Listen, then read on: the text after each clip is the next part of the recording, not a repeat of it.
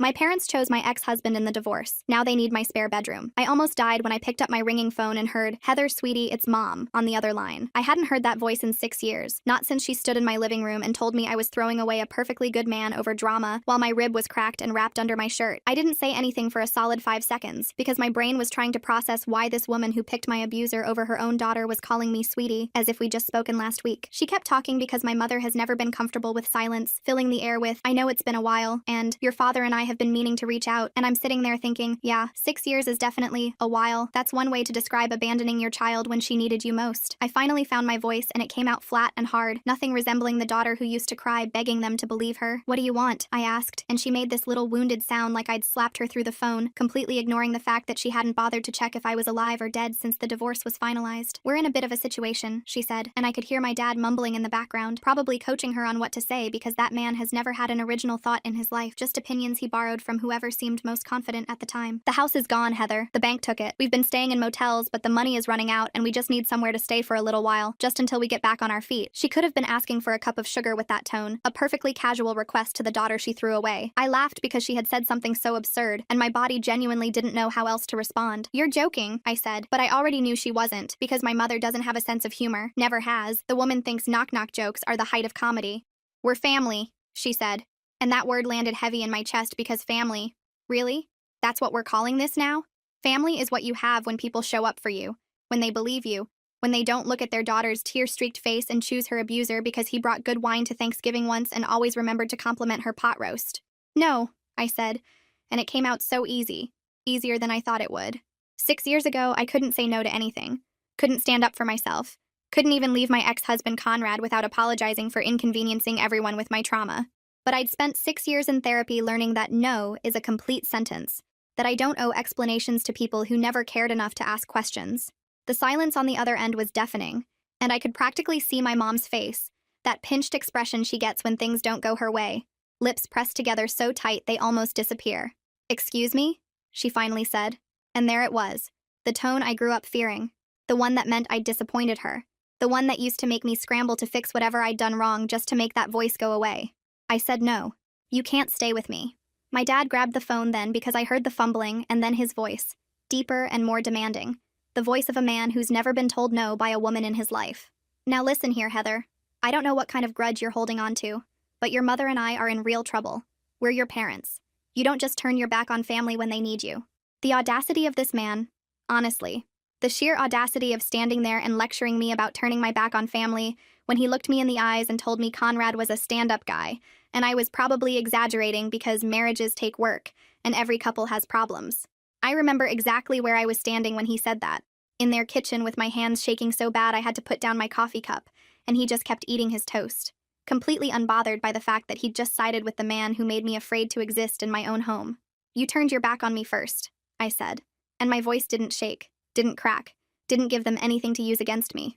"You chose Conrad. You believed him over me. You watched me lose everything and you didn't care. So no, you don't get to come back now that you need something and pretend we're family." My mom was crying now. I could hear it. Those theatrical sobs she's so good at producing on command, the ones that used to make me feel guilty for having feelings of my own. "We made a mistake," she wailed. "We know that now. We're sorry. Please, Heather.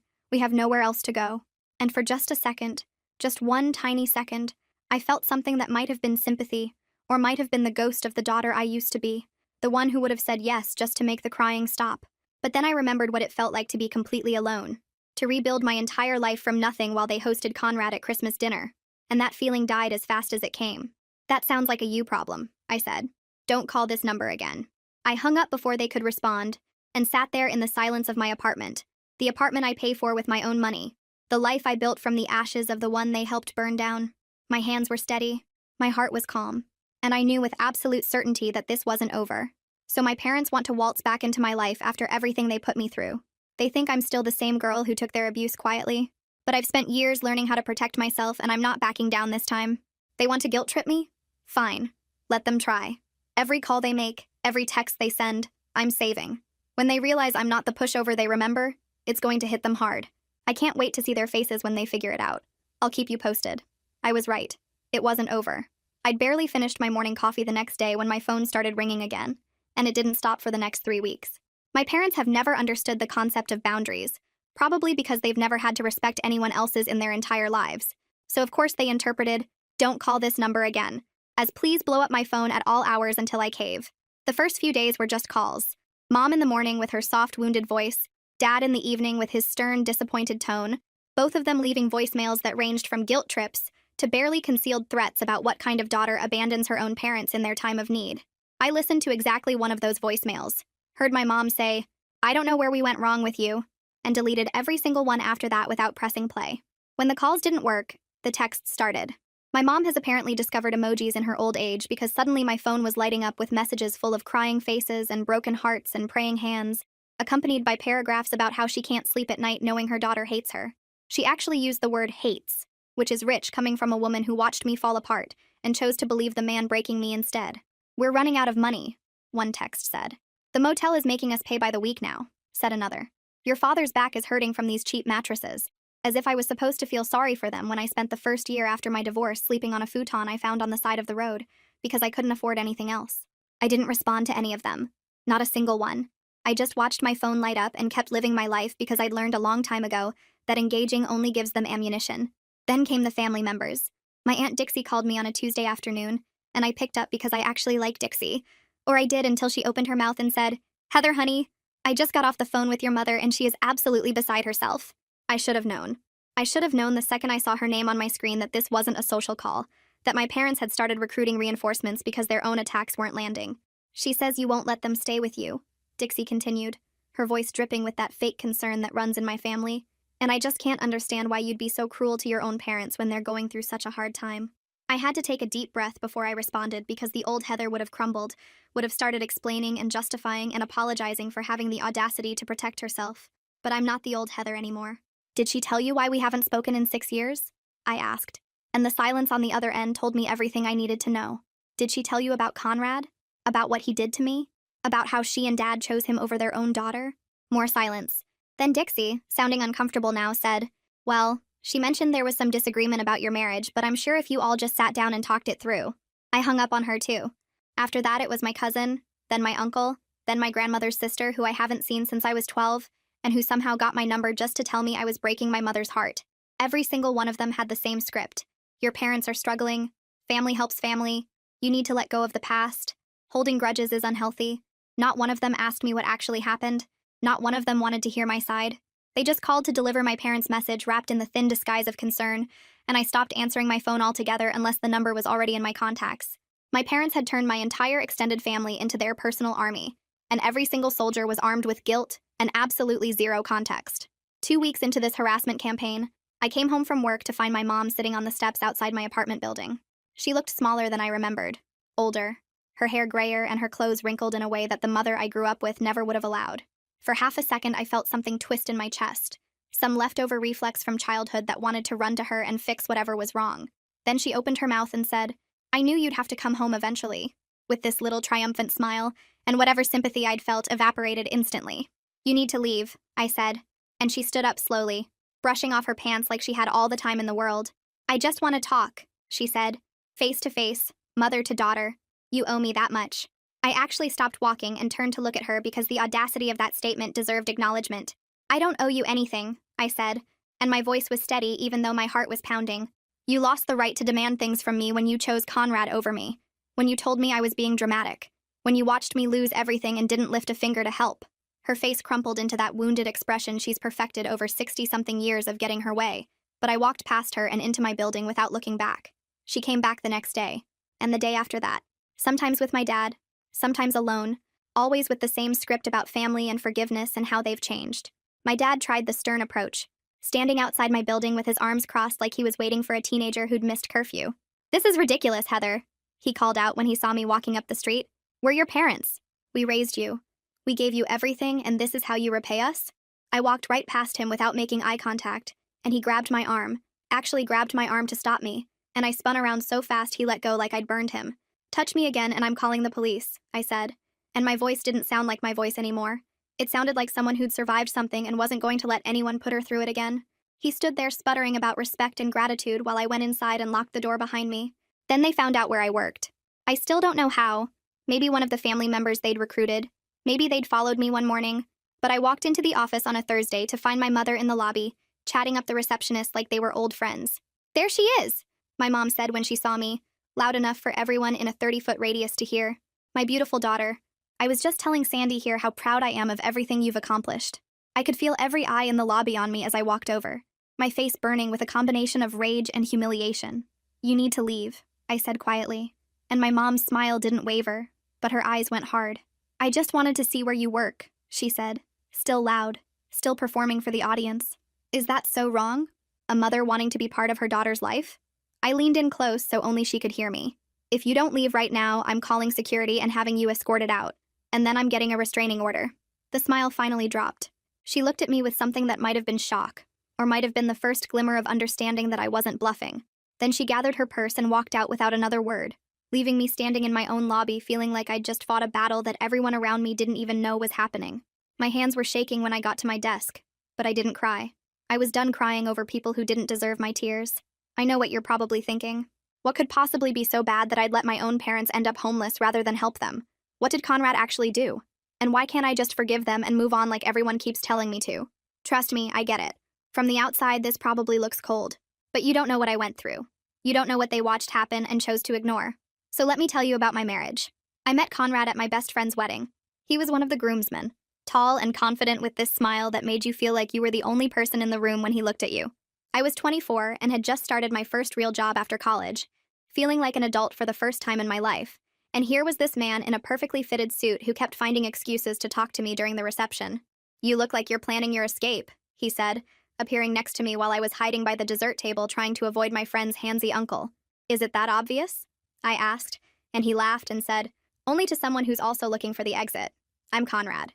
He asked me to dance during a slow song, and when I stepped on his feet twice because I've never been graceful, he just laughed and said, "Good thing I wore my sturdy shoes." By the end of the night, he had my number, and I had this fluttery feeling in my chest that I mistook for the beginning of a love story. Looking back now, I can see all the signs I missed. All the red flags I painted green because I wanted so badly to believe that someone like him could want someone like me. The first 6 months were a dream. Conrad was attentive in a way no one had ever been before, texting me good morning every day, surprising me with flowers at work, remembering every little detail I mentioned and bringing it up later to show he'd been listening. When I told him I loved this obscure band from the 90s, he tracked down concert tickets for their reunion tour 3 states away and drove us there himself. When I mentioned missing my grandmother's cooking, he found her old recipe for apple pie in a box my mom had and made it for me from scratch, flour all over his kitchen, and this proud grin on his face when it actually turned out edible. "I can't believe you did this," I said, and he kissed my forehead and said, "I'd do anything to make you happy." He met my parents within the first 2 months and charmed them completely, bringing my mom flowers and talking to my dad about football for an hour like they'd known each other for years. "He's a keeper," my mom said after that first dinner, squeezing my hand with tears in her eyes like I'd finally done something right. My dad clapped Conrad on the shoulder and said, "You take care of my little girl." And Conrad looked him right in the eyes and said, "I promise you, sir, I will treat her like a queen." Everyone loved him. My friends loved him. My coworkers loved him. I loved him so much it scared me sometimes. This overwhelming feeling that I'd somehow won the lottery and was just waiting for someone to realize they'd made a mistake. The first time something felt off was about 8 months in. We were at a restaurant and I laughed at something the waiter said. Just a dumb joke about the daily special. Nothing flirtatious, nothing inappropriate. When the waiter walked away, Conrad got quiet. That kind of quiet that fills up the whole room, and he didn't speak to me for the rest of dinner. In the car on the way home, he finally said, "You really enjoyed that, didn't you?" I looked at him confused and said, "Enjoyed what?" His hands tightened on the steering wheel. "Don't play dumb with me, Heather. The waiter. The way you laughed at his stupid joke. The way you lit up when he was talking to you." I tried to explain that I was just being polite, that it meant nothing, that I only had eyes for him. "I didn't mean anything by it," I said. "He was just being friendly." Conrad shook his head slowly. "You have no idea how you come across, do you? How desperate you look throwing yourself at any man who gives you attention." I felt tears prick my eyes and said, "That's not fair. I wasn't throwing myself at anyone." And he pulled the car over so suddenly I gasped. He turned to look at me with this intense expression and said, I'm sorry. I just love you so much that the thought of anyone else making you smile drives me crazy. You're everything to me, Heather. The idea of losing you makes me insane." I told myself it was romantic. That jealousy was just passion in disguise. And I was lucky to have someone who cared that much. After that, the comments started coming more frequently. "You're not wearing that out, are you?" he'd say when I put on a dress I used to love. "That makeup makes you look cheap," he'd mention casually while I was getting ready. God, do you have to laugh like that? Everyone's staring at you. He'd say these things casually, almost like he was doing me a favor by pointing out my flaws, and I started changing myself piece by piece to avoid setting him off. Shorter hemlines became longer ones. Bold lipstick became neutral tones. I stopped laughing so loud, stopped talking so much, stopped being so much. My friends started asking why I never came out anymore, and I made excuses because the truth was, Conrad didn't like them. They're a bad influence, he said. They don't understand what we have. They're jealous of you, Heather. Can't you see that? They want to sabotage us. One by one, they stopped calling, and I told myself it was fine because I had Conrad, and he was all I needed. We got married after 2 years of dating. A beautiful ceremony that my parents paid for because Conrad said it was tradition. And who was I to argue with tradition? I walked down the aisle toward this man who I thought hung the moon, completely blind to the fact that I was walking into a cage. The first year of marriage was when the real Conrad started to emerge, like he'd been wearing a costume the whole time, and finally felt comfortable enough to take it off. The criticism that used to come occasionally became constant. This house is disgusting. What do you do all day? You call this dinner? My mother would never serve something this bland. Would it kill you to put some effort into your appearance? You used to try when we were dating. Nothing I did was right. He'd come home from work and I'd feel my whole body tense up, scanning his face to figure out what kind of night it was going to be. Good mood meant I could breathe.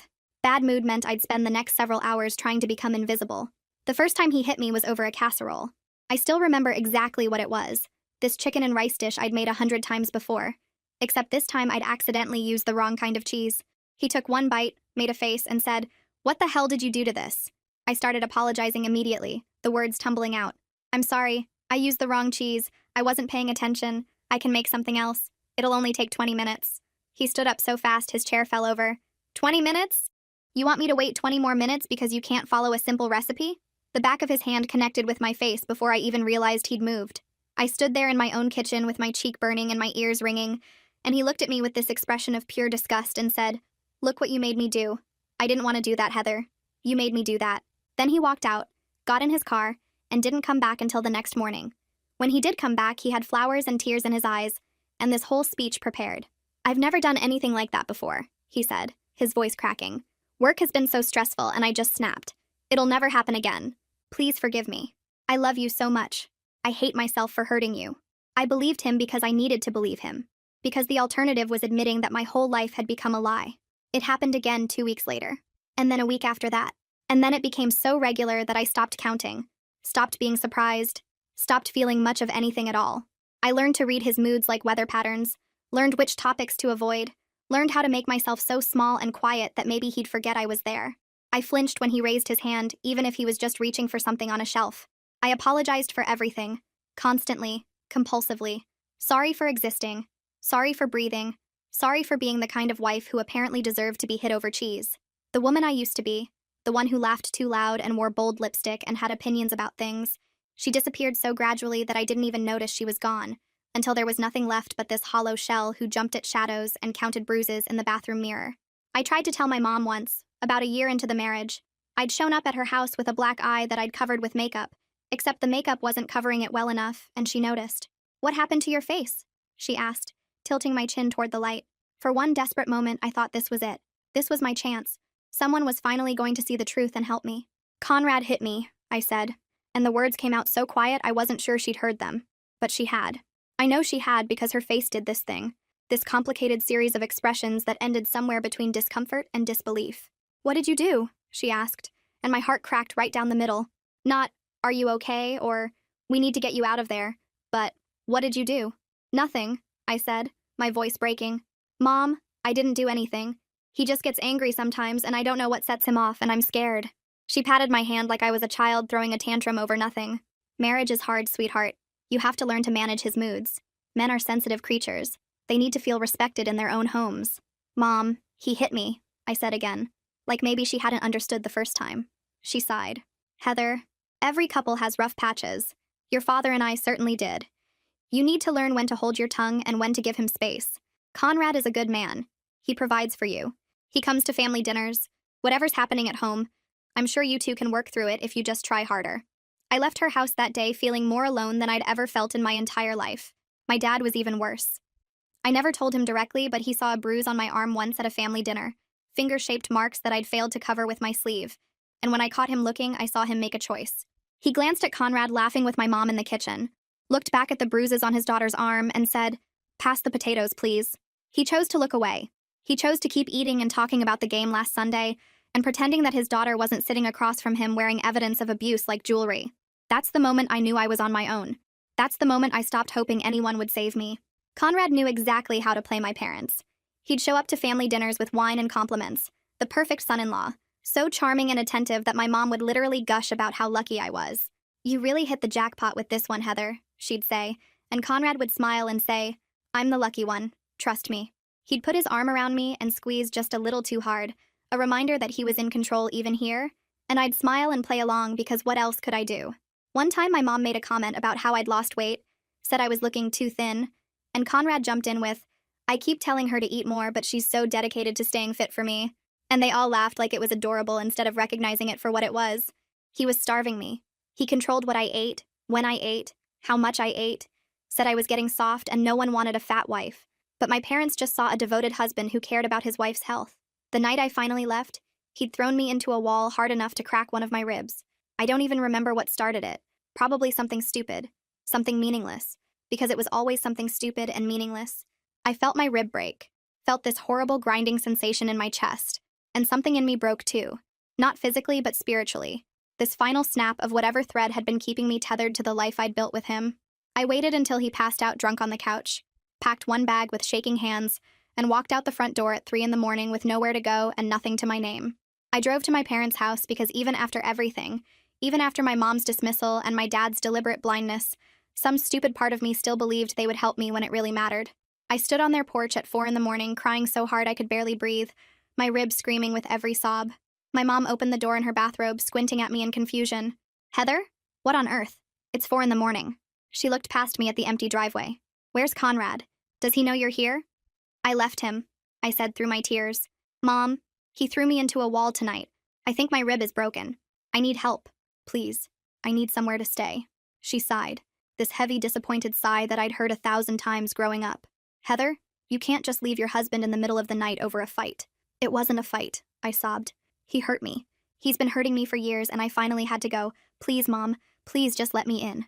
My father appeared behind her, took one look at me standing there crying and injured, and said, "What's all this noise?" My mom turned to him and said, "Heather left Conrad over some argument. She wants to stay here." I lifted my shirt to show them my side, showed them the bruise already forming over my broken rib. "Look," I begged. "Look what he did to me." My mother looked at it for a long moment, then back at my face and said, "You've always been dramatic. Conrad loves you. Whatever happened, I'm sure you two can talk through it." "Your mother's right," my dad said, already turning to go back to bed. "Go home to your husband. Work it out like adults." Then my mom stepped back and closed the door. They actually closed the door in my face and left me standing on the porch with a broken rib and a broken heart, and nowhere in the world to go. I heard the deadbolt click into place. I heard my father's footsteps going back up the stairs. And I stood there in the dark understanding for the first time that I had never had parents who loved me. I had parents who loved the idea of me, the version of me that did what she was told, and didn't cause problems, and stayed married to the man who brought good wine to Thanksgiving. The real me, the broken, bleeding me who needed them most. That person didn't exist to them at all.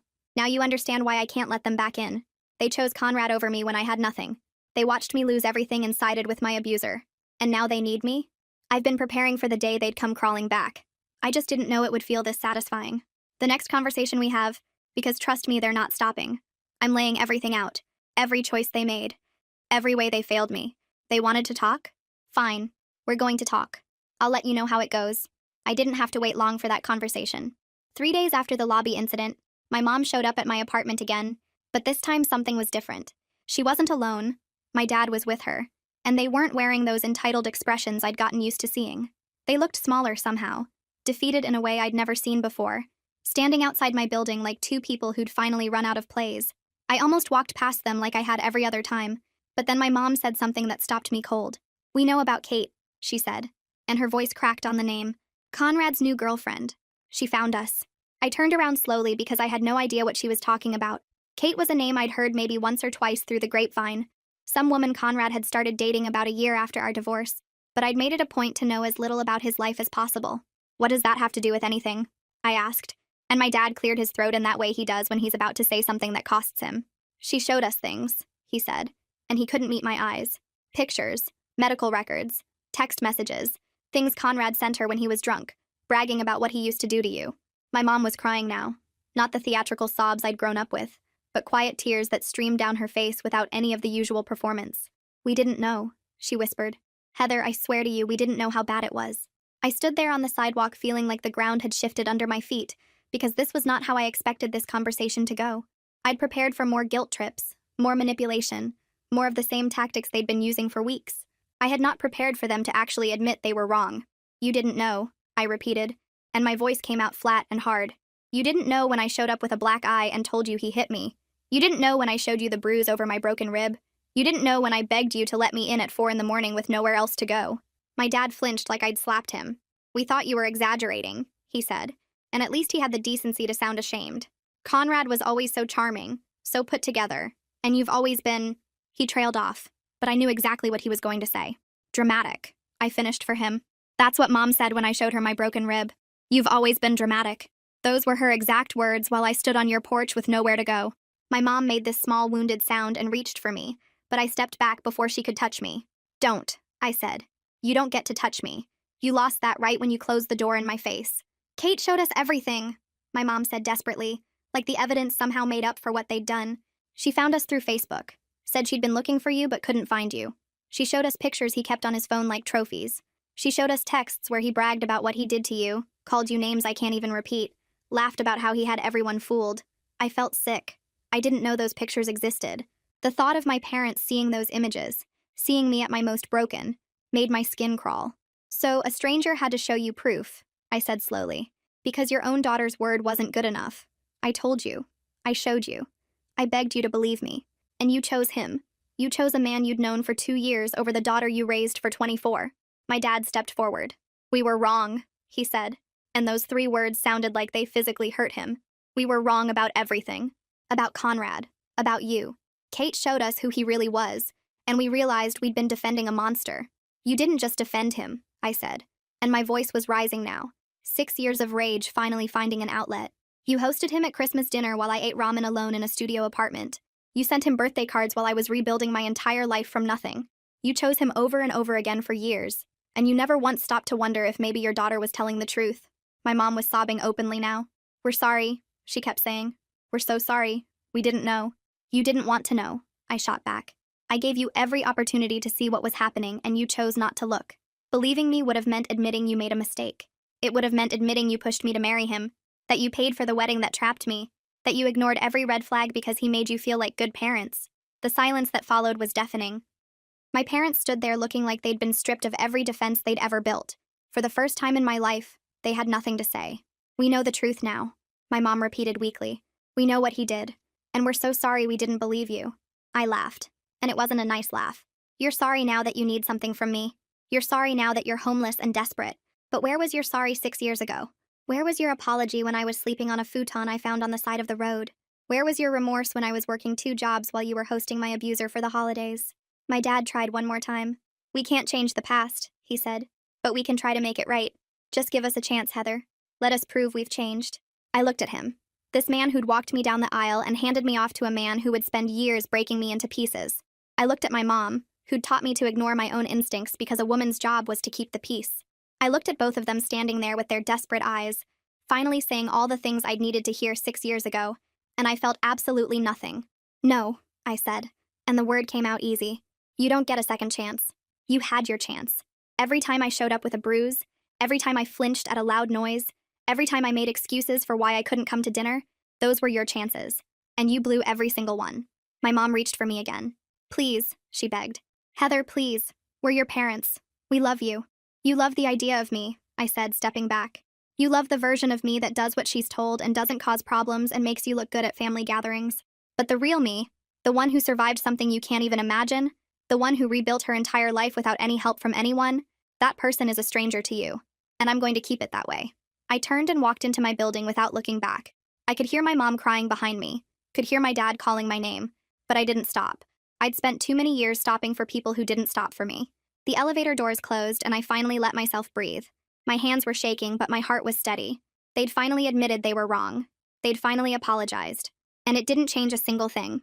Some doors, once closed, are meant to stay that way. I should have known that wouldn't be the end of it. My parents have never been able to take no for an answer. And the next move they made? It pushed me to call the police. And this time, I wasn't the only one who saw it happen. Come back for the update. A week went by after that conversation, and I started to think maybe they'd finally gotten the message. I'd almost convinced myself they'd found somewhere else to go. Maybe crawled back to one of the relatives they'd weaponized against me. Maybe finally accepted that I wasn't going to cave. I was walking home from work when I turned onto my street and felt my whole body go cold. There was a light on in my apartment window. I stopped walking and just stared at it because I never left lights on. Ever. I'm obsessive about my electric bill. Have been ever since those first months after the divorce when every penny mattered and leaving a light on felt like burning money. My feet wouldn't move. I just stood there on the sidewalk trying to convince myself there was another explanation. A timer I'd forgotten about. A reflection from somewhere else. Anything except what I already knew in my gut was true. My neighbor Rita was outside watering her plants on the shared balcony. This sweet older woman who'd lived next door to me for 3 years and always asked how my day was going. She spotted me before I could move and her face told me everything. "Heather, honey," she said, and her voice was careful in a way that made my stomach twist. "There are people in your apartment. They said they were your parents. I saw them go in through your bedroom window about an hour ago. I wasn't sure if I should call someone." I thanked her, but the words came out hollow. I couldn't form real sentences, couldn't do anything except put one foot in front of the other, until I was standing outside my own front door hearing voices on the other side. My mother's laugh, my father's cough, the clinking of dishes, the smell of something cooking, the sound of my television playing some game show I never watched. I unlocked the door with shaking hands and stepped into a nightmare. They'd made themselves at home. That's the only way to describe it. My dad was stretched out on my couch, shoes off, feet up on my coffee table, a beer in his hand that I recognized from the six-pack I'd been saving in the back of my fridge. He was watching TV like he owned the place. My mom was in my kitchen stirring something on my stove, and when she heard the door open, she turned around with this smile on her face like I was a guest arriving at her house instead of the other way around. "There's my girl," my mom said, setting down the spoon. "I was just making us all some dinner. You really need to go grocery shopping, sweetheart. There's barely anything in here. I found some pasta and sauce in the back of the cabinet, though. It's almost ready. Perfect timing." I couldn't speak. I stood in my own doorway looking at these two people who had broken into my home and were acting like this was completely normal, like they hadn't committed an actual crime to be standing where they were standing. "How did you get in here?" My voice came out strangled and wrong. My dad didn't even look away from the TV. "Back window," he said casually, taking a sip of my beer. "You really should be more careful about locking up. Anyone could get in." "That window was locked. I check it every night." "Well, locks can be finicky," my mom said with a little shrug. Like breaking and entering was just a minor inconvenience we could all laugh about later. "We didn't have a choice, Heather. You wouldn't answer your door, you wouldn't take our calls. The motel wanted another week up front and we'd already spent everything. What were we supposed to do, sleep on the street?" "Yes," I said, and my voice was getting louder now. "Yes, that's exactly what you were supposed to do. Because this is my apartment. Mine. You don't live here. You weren't invited here. You broke into my home." My dad finally turned to look at me, and he had the audacity to look annoyed. "Christ, Heather, listen to yourself. We're your parents. This isn't breaking in. This is family looking out for each other. Get out." I said it quiet and hard, and I meant every syllable. "Right now. Get your shit and get out of my apartment." My mom turned off the stove burner and wiped her hands on a dish towel. My dish towel. Like she was the lady of the house being interrupted during meal prep. "Heather, please. We have nowhere else to go. We've been in that disgusting motel for weeks. Your father's back is destroyed. I haven't slept properly in days. We're your parents. You can't just throw us out on the street. Watch me." I pulled out my phone. "You have 60 seconds to leave before I call the police." My dad set down the beer and stood up slowly, and for a second I thought he was actually going to comply. Instead, he walked toward me with this expression on his face that I remembered from childhood, the one that meant I'd crossed a line and there would be consequences. "You would really do that?" he asked, his voice low and dangerous. "You would really call the cops on your own parents? Have us hauled off in handcuffs like we're some kind of criminals? You are criminals. You broke into my apartment. We're family." He said it like that word was supposed to mean something, like it was a magic spell that erased everything they'd done. "Family doesn't call the police on each other. Family figures it out." "We're not family," I said, and I started dialing. "We stopped being family when you chose my abuser over me, when you closed the door in my face, when you spent 6 years pretending I didn't exist. You don't get to show up now and play the family card like it's some kind of get-out-of-jail-free card." My mom rushed over and grabbed my arm, actually grabbed my phone arm like she was going to stop me from calling. "Heather, please. Think about what you're doing. Think about how this looks. Your own parents, arrested, taken away by police, at your request. What will people say? What kind of daughter does that? I don't give a fuck what anyone thinks." I yanked my arm away and hit the call button. "You broke into my home and you're refusing to leave, and that's called trespassing." My mom started crying. those loud theatrical sobs she'd perfected over the years. This is unbelievable. After everything we did for you, we sacrificed everything raising you, gave you the best years of our lives, and you treat us like garbage. What did I do to deserve this? What did I ever do except love you? You want me to answer that? Because I've got 6 years of answers. But then the dispatcher answered, and I had to focus on explaining that there were intruders in my apartment who were refusing to leave. Yes, I knew who they were. Yes, they were my parents. No, they did not have permission to be here. No, I had not given them a key. They came in through the window. Please send someone. The next 20 minutes were the longest of my life. My parents made themselves comfortable again while we waited. My mom going back to stirring the pasta like nothing was happening. My dad channel surfing through my TV and commenting on what a shitty cable package I had. We raised you, he said at one point, not even looking at me. We fed you, clothed you, put a roof over your head for 18 years. This is the thanks we get. Having cops called on us like common criminals. You're not being arrested, I said, though I wished they were. You're being removed from my property. There's a difference. Same difference, my mom called from the kitchen. You're treating us like strangers who broke in to rob you when all we wanted was to be close to our daughter. Is that such a crime? Wanting to see our own child? I didn't answer because there was nothing left to say. The pasta water boiled over and my mom cursed under her breath, and I sat in my own living room feeling like an intruder in my own life. Then the knock came at the door. I opened it to find 2 police officers, a man and a woman, both looking tired in that way cops always look when they're dealing with a domestic situation. I explained everything as calmly as I could. My parents immediately switched into performance mode. My mom dabbed at her eyes and talked about how they just wanted to reconnect with their daughter after a silly misunderstanding that had kept us apart. My dad shook the male officer's hand and made a comment about how emotional women get, how this was all just a family squabble that had gotten blown out of proportion. I watched them work the room like they'd done at every family gathering for my entire life, watched the officers' faces soften as my parents transformed into these harmless, helpless old people who just wanted to be loved by their ungrateful daughter. The officers exchanged a look that made my stomach drop, and then the female officer said the words that made my blood run cold. Ma'am, since they're your parents and they've established presence in the residence, this is technically a civil matter. I stared at her. They broke in, through my window. They admitted it. I understand that. And if you want to press charges for the break-in itself, you can file a report. But as for removing them from the premises, since they're claiming to be invited guests, we can't forcibly remove them without a court order. They're lying. They literally just told me they broke in because I wouldn't let them stay here. How is that an invited guest? The male officer shifted uncomfortably. It becomes a he said, she said situation. Your parents are saying you told them they could stay, just not indefinitely, and that this is a disagreement about timeline. Your best course of action is to go through the formal eviction process. File the paperwork with the court, get a hearing date, and if the judge rules in your favor, then we can remove them. My father let out this quiet chuckle behind me, this smug, satisfied sound that made me want to throw something at his head. Looks like we're staying after all, he said, settling back into my couch and putting his feet up on my coffee table again. Family helps family, Heather. Guess you're stuck with us. The officers gave me some paperwork about filing for eviction and left, and I stood in my own living room feeling like the ground had opened up beneath my feet. My parents had broken into my home and there was nothing I could do about it. They were going to stay here, in my space, in my sanctuary, and the law couldn't help me. My mom was already back at the stove. Now, she said, like the past hour hadn't happened at all. Dinner's almost ready. Heather, do you have Parmesan? I looked everywhere, but I couldn't find any. You really do need to keep a better stocked kitchen. I walked out of my own apartment because I couldn't breathe in there anymore. Rita was still on the balcony. She'd watched the whole thing, the cops arriving and leaving, my parents staying put. I could tell by the look on her face that she'd heard enough through the walls to understand. Are you okay, honey? She asked, and there was real concern there, not the fake kind my family specialized in. No, I said, and my voice cracked for the first time all day. No, I'm really not. She put her hand on my arm, gentle and warm. I saw everything, she said quietly. I told the officers what I saw, but they said it didn't matter without proof of forced entry. But I know what I saw, Heather. And if you need a witness for court, I'll testify. I'll tell them exactly what kind of people your parents really are.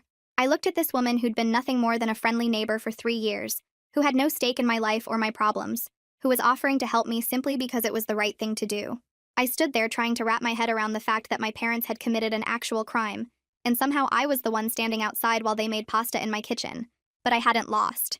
Just because the police took their side doesn't mean I'm trapped. I was going to call a lawyer and get the eviction paperwork filed. They wanted to force their way back into my life? Now they get to watch me legally remove them from it. I've never been more ready for anything. Stick around because this is the moment I've been waiting for. The next morning I was at the courthouse before it even opened, standing in line with a folder full of documents and a determination that surprised even me. I filed the formal eviction papers at 9 a.m., filled out every form in triplicate, paid the filing fee that I'd have to eat ramen for a week to recover from, and walked out of that building feeling like I'd just fired the first shot in a war I was finally ready to win. The clerk told me the hearing would be in 3 weeks, that my parents would be served with papers, that I needed to document everything between now and then. I told her I'd been documenting my whole life, and this was just more of the same. Living with them for those 3 weeks was its own special kind of hell.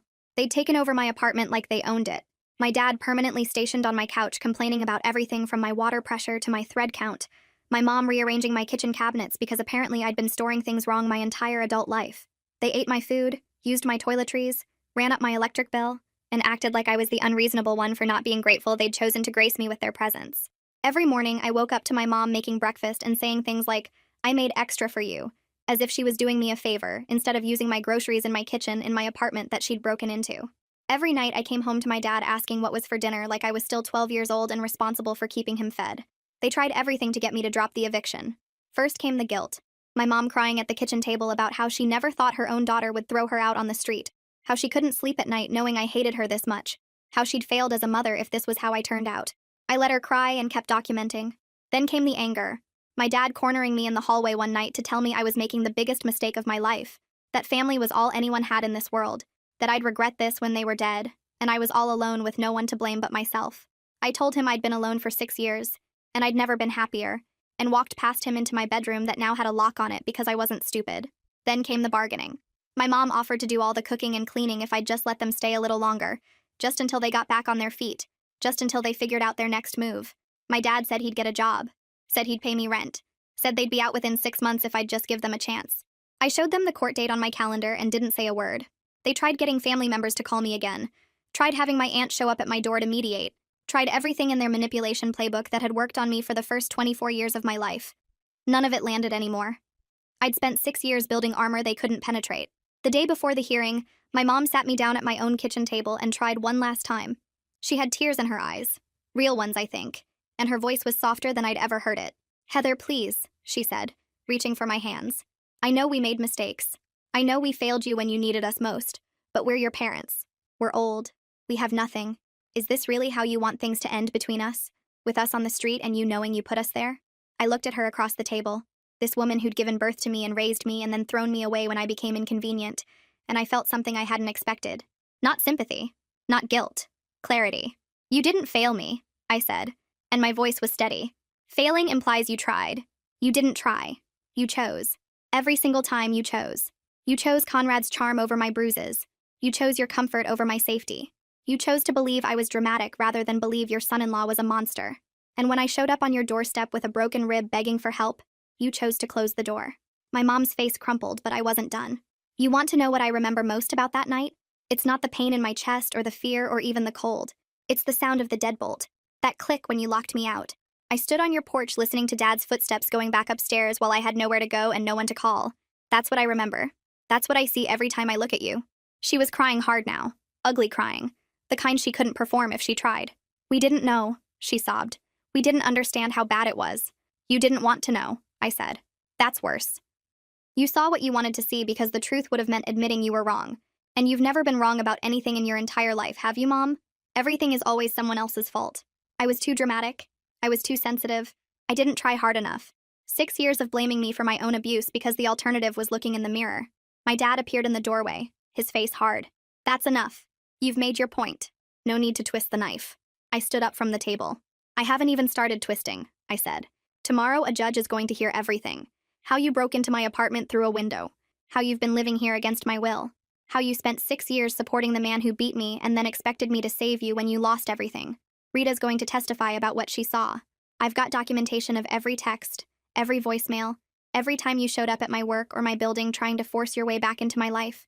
And when that judge tells you to get out, you're going to have to find somewhere else to go, because you're not my problem anymore." The hearing was at 10 a.m. in a small courtroom that smelled like old coffee and recycled air. My parents showed up in their nicest clothes, the ones they'd been carefully preserving for occasions exactly like this, and they smiled at the judge like they were at a church social instead of fighting to avoid homelessness. My lawyer presented everything: the break-in, the refusal to leave, the harassment campaign, the pattern of manipulation. Rita testified about what she'd seen, her voice steady and clear as she described watching my parents climb through my bedroom window and make themselves at home. My mom tried to interrupt twice and got shut down by the judge both times. When it was their turn to speak, my dad launched into this speech about family and forgiveness, and how children these days don't understand loyalty. He talked about everything they'd sacrificed to raise me, every dollar they'd spent, every opportunity they'd given up. He made it sound like I owed them my entire existence, and this eviction was the ultimate betrayal of everything they'd done for me. The judge listened without expression, then turned to me and asked if I had anything to add. I stood up and looked at my parents, really looked at them, and said the thing I'd been holding in for 6 years. Your Honor, these people had one job that every parent has. Protect your child. Keep them safe. Believe them when they tell you something is wrong. And they failed. They didn't just fail. They actively chose the other side. They chose my abuser. They defended him, supported him, welcomed him into their home while I was rebuilding my life from nothing. And now they want me to save them? I shook my head. I spent years feeling guilty for surviving without them. Years wondering if I was the problem, if I was being too hard, if I should just forgive and move on like everyone kept telling me to. But you know what I realized? Some people don't deserve forgiveness. Some people make choices so devastating, so complete in their betrayal, that forgiveness would be a lie I told myself to feel better. I don't forgive them. I'm never going to forgive them. And I need them out of my home so I can keep living the life I built without them. The judge ruled in my favor. 30 days to vacate, no exceptions, no extensions. My parents sat there in stunned silence as the reality sank in, as they realized for maybe the first time that I wasn't bluffing, wasn't going to cave, wasn't going to rescue them at the last second like they'd clearly been expecting. My mom turned to me with tears streaming down her face and said, "Where are we supposed to go?" I picked up my bag and looked at her one last time. "I don't know," I said, "but I know it's not my problem." I walked out of that courtroom and I didn't look back.